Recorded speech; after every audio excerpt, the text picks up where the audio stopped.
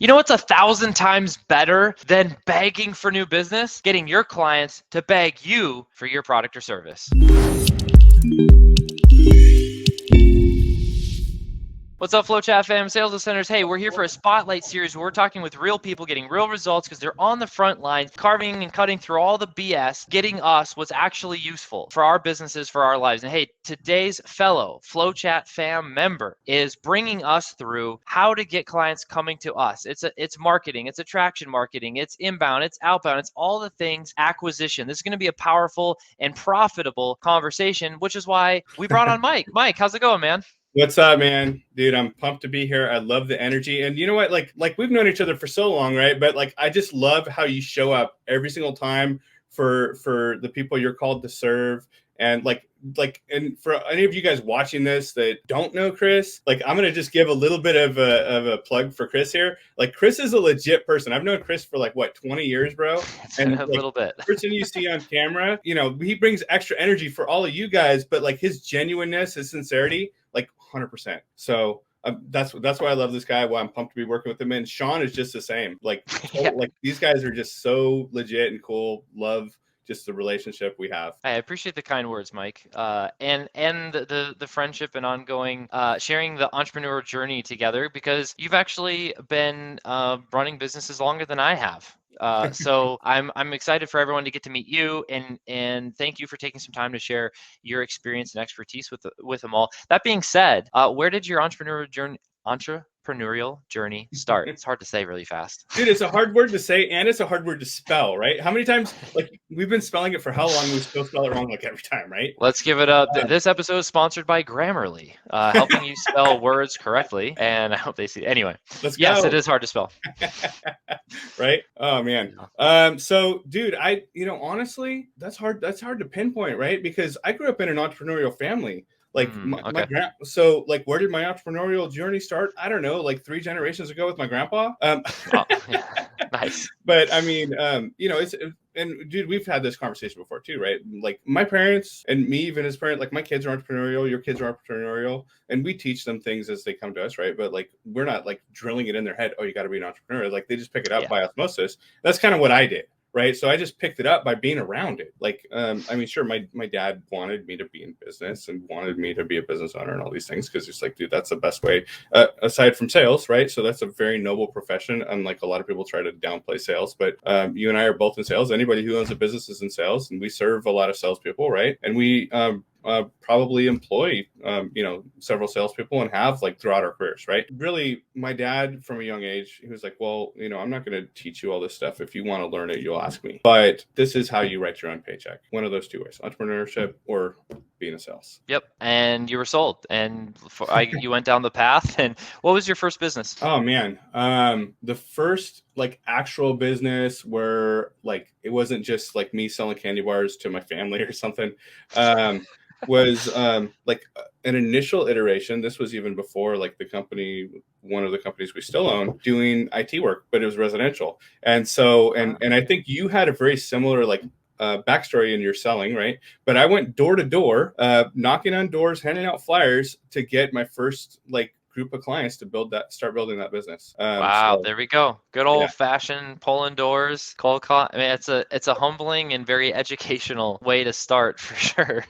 Yeah, well, but I love hiring people that have that experience too, right? Because they know how to really grind. Yep, face rejection, work through things, problem solve. So how long did you do that? I probably like a year, maybe a year and a half, something like that. Okay. Yeah. Nice. Okay, cool. So, and I know that's your core competency in industry that you've been in as an MSP, and so you stayed there.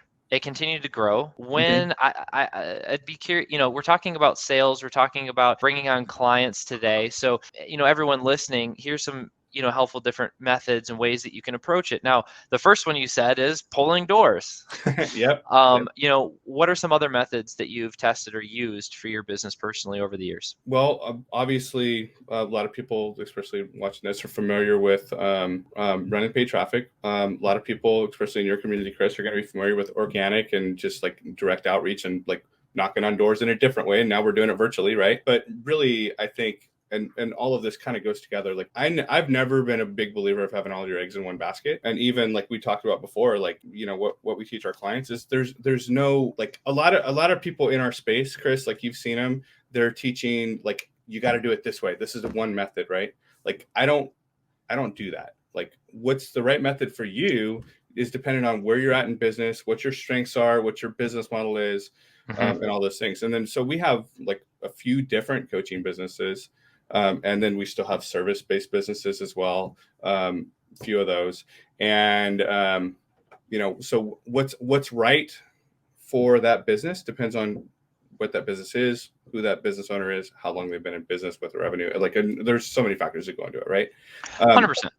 But like really at the core of it, and I think this is more like a principle than anything, is building relationships, right? So getting in front of people, building those relationships, nurturing those relationships, and ultimately, like, if you're doing relationships right, and this is how I feel about sales. And like I told you about before, like we call, you know, our sales process kind of like the anti-sales method. But like, we're not trying to sell to our clients. Like we reposition it so that they're selling us on why we should work with them. But I never get on a sales call. And as we're building our sales team now, like, I want to maintain this in our company culture, across the board in all of our companies. I never want to get on a sales call and my primary goal is making the sale, right? And that may, like, initially like sound like very you know, polarizing or, you know, counterintuitive, but my goal is to help the other person that I'm on the line with as much as I possibly can. A lot of times that means making the sale. However, sometimes it doesn't mean that. Sometimes it means sending them to Chris or sending them to, you know, another friend or somebody else, right? Yep. So it's never about how can I make this sale. It's approaching it from a place of genuine concern, genuine care, and how can I best serve you. And people sense that, they pick up on that and begin to trust you. And as you're building know, like, and trust, it's very valuable for the sales process. What are, you know, I'm curious to hear a little bit more specific on your story. And so you say building relationships is key. It's one thing you said, and it's true and it's really powerful. I mean, what are some of the things that you did? Like, what's one pivotal moment where you built one, like, maybe really big key relationship in the journey of growing your business that really turned things around? Maybe it was a really strong referral partner. Maybe it was like that one big deal that gave you the credibility for more deals. What you know, how do this key and principle of building quality relationships really translate into profit and growth in your business? Man, I mean, how far back do you want to go? Like, let's look at something more recent, right? Sure. So you're one of them. You know, you and Sean. Oh, good. Right? But I mean, that's a cross. A good answer, Mike. Thing, right? I'm not saying that just to be, you know, Chris promotional or Chris promoter, even though I am, like, I very much love what you guys do and, you know, love everything there. But like, and I think that's why you and I get along so well. Like, we genuinely, sincerely care about other people, and you're not making, like, I think that it works in your favor, right? And you get benefits from making referrals and making connections for other people. But if you ever do it because you're trying to get something out of it, it's never going to work, right? You have to do it from a place of genuine sincerity, right? So, but back to answering your question, I think relationships at scale, like, how do you do, like, this spotlight here, for example, is one way of nurturing those relationships at scale, right? But you can systematize, and this is just one thing, right? This isn't the thing. You can systematize and make a good sales pipeline out of referrals. And I know a lot of people are afraid to ask for referrals, especially like, and I know, like, Sean, you know, did some training a while back on the DISC personality profiles, and especially like the high D personality. Like, I don't need someone to do something for me, like that. I'm the DISC personality of a D, right? But that said, like, you're leaving so much on the table by not making those connections, making those referrals, and asking for referrals. So every time I'm on the phone with somebody, I'm asking, hey, like, can you connect me with that person you just mentioned or whatever? Yeah. And it's not because, hey, I want to go and try to sell them. It's like, hey, I want to learn about what they do. I want to just make the connection. And making those connections a lot of times does lead to sales, right? But sometimes leading those connections leads to just new friendships. Sometimes it leads to new team members. Sometimes it leads to new vendors. Like, so I think networking is a big key strategy. And especially for someone like you, Chris, for someone like me, for someone like Sean, naturally we have those strengths, right? It makes it easier. So that's one of the things so we have a coaching business for MSPs also, right? So I have a business partner, actually a couple of business partners in that. And like, that's one of the key things. So a lot of those guys, like I was always the antithesis of the typical IT guy, right? And can you let everyone know what MSP means? Absolutely. So that means it's a bunch of fancy letters for saying outsourced IT department. It's the guys your company hires to come and do your IT stuff. If you're in like mid-level smaller business, like say like 10 to even like up to a couple hundred, but it's like we're big enough not to do it ourselves, but we're not big enough to have it in-house, right? So it's basically your IT department. So then not software. Their focus generally is on like infrastructure. So like switches, networking, and then they kind of delve into network security as well. But basically the things that keeps the business running. There you go. Cool. Yeah. Just so if everyone doesn't know what MSP means, probably a lot of the audience is not going to know what that means, right? Yeah, just a guess. I didn't, if I wouldn't know that if I didn't know you. So, right. Yep. But so in that business, it's interesting, and you've been around these types of people. A lot of them are better at talking to computers than they are talking to people, right? Yeah. So one of the that's one of the big things we're doing in that business is just teaching them how to be humans, how to have relationships with other people, because exactly as I just mentioned, previously, those relationships lead to really business ultimately overall, right? Yep. 100%. Yeah, it's really powerful. There's a book called The $1 Trillion Coach. Bill Campbell, I believe, is the author, or it was about Bill Campbell. I need to look that up. I listened to it probably about a year ago, a little less than a year ago. He was the CEO of Intuit at one point, and he also was coaching the executives at Google and Facebook and the big companies, which is why he's known as the $1 Trillion Coach. And coach like high school football. Really cool story. The reason I'm bringing this up is what you're saying, Mike. For him, it was social equity.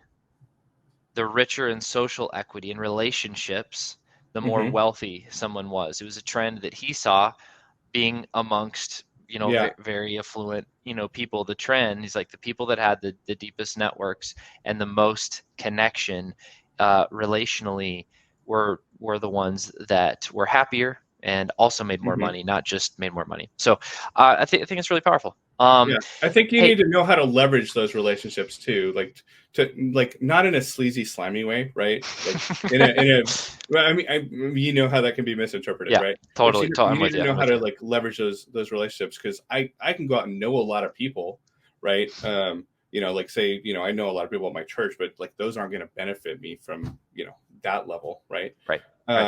So knowing the right relationships, but like I'm starting to see my role more and more, like the further I go in business, and we still own multiple different businesses, is becoming like the coach to not as much to the clients that our businesses serve, but to our team and to my business partners, and helping them come up to the next level.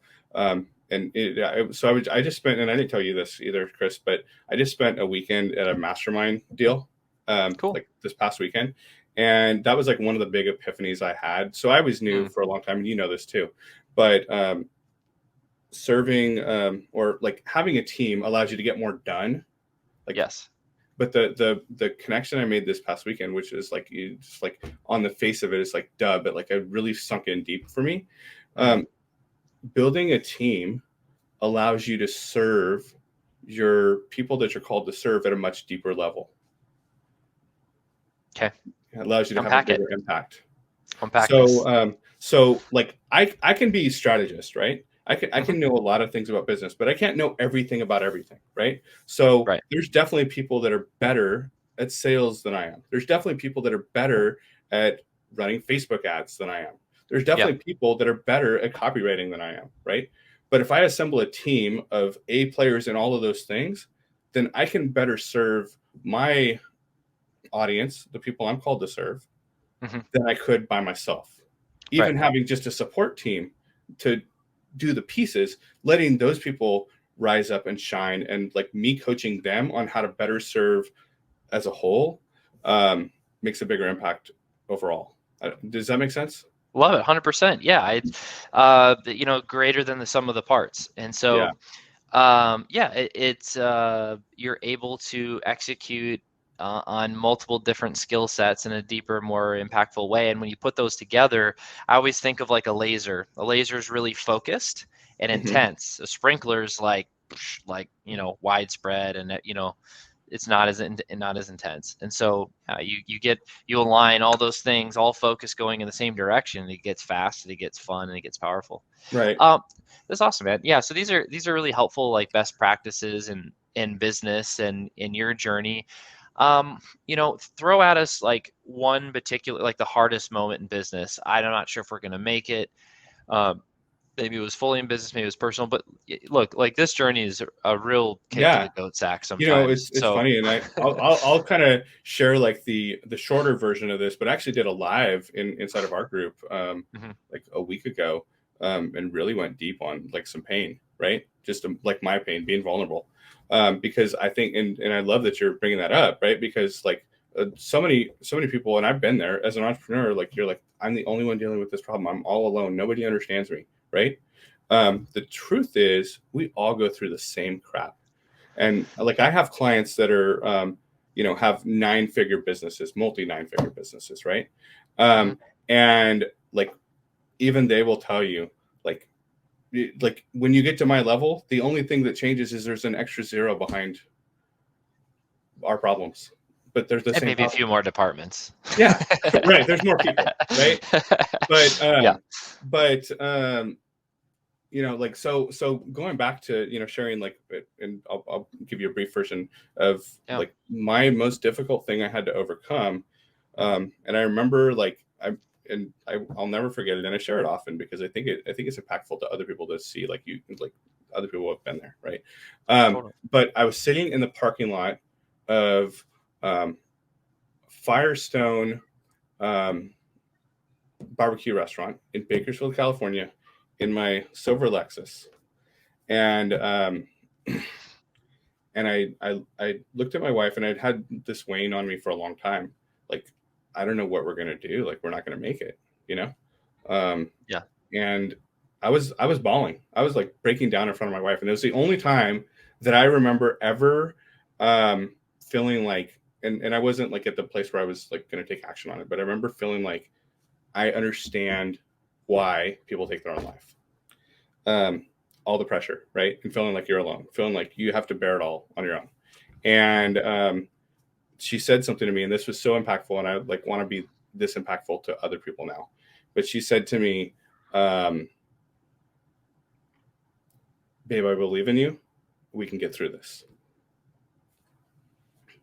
And it was such a small, like little thing for her to say, but it was so heavy for me at the time. Like it was like everything was lifted off my chest, right? Hmm. And like I was in, I didn't even know how at the time, but I was like, somebody else believes in me and gave me the strength to continue moving forward. And then that's like so many years ago now, but like I think I had, so I say this often, but I had to go through some crap to realize that I'm not BMOC, right? Big man on campus. I'm I didn't know um, what that stood for. I'm glad you. yeah. Yeah. Um, I had to go through some hard times to realize that I'm not all that in a bag of potato chips, right? Um, I had to like, but because I went through that, it broke me in ways that I never thought I'd be broken, right? And when I got put back together, I was put back together as a better person. And that's one of the things that drives me now to like impact other people, because like that, like there's so many things, like, and you know this, like doing sales coaching, which you've done in the past and you're still doing some of, more than half of it is just the mind, right? Like mindset stuff. Yeah. And helping people believe in themselves. So whether that's you and you need someone to believe in you, you know, reach out to Chris, reach out to me. Like, love to like help you wherever you're at. But if you are called to be that for somebody else also, so realize you're not alone and you're not walking through this alone, and you will get through the other side. I think one of the biggest things that helped me face that, Chris, was like when I was staring at like what's the worst case scenario. And when I came to grips with, okay, well, the worst case scenario, which for me, like, wasn't even a big deal, but it was like, I failed. Like that was the hard part, was filling in the failure.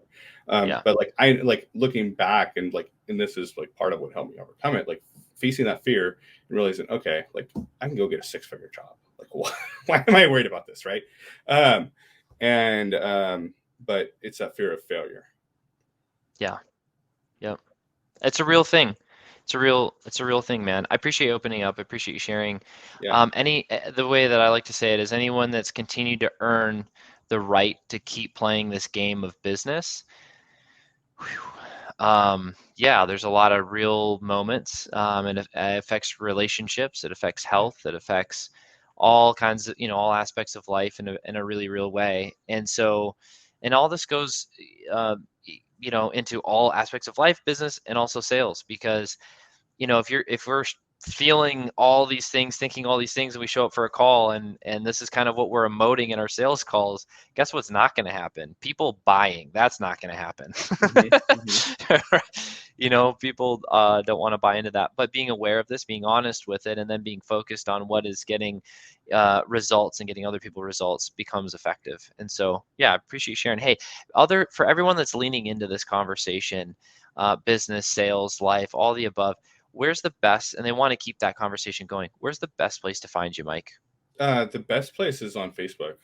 Whether they want to just connect like one-on-one, or like I send people over to the group, MikeHarvey.co/group.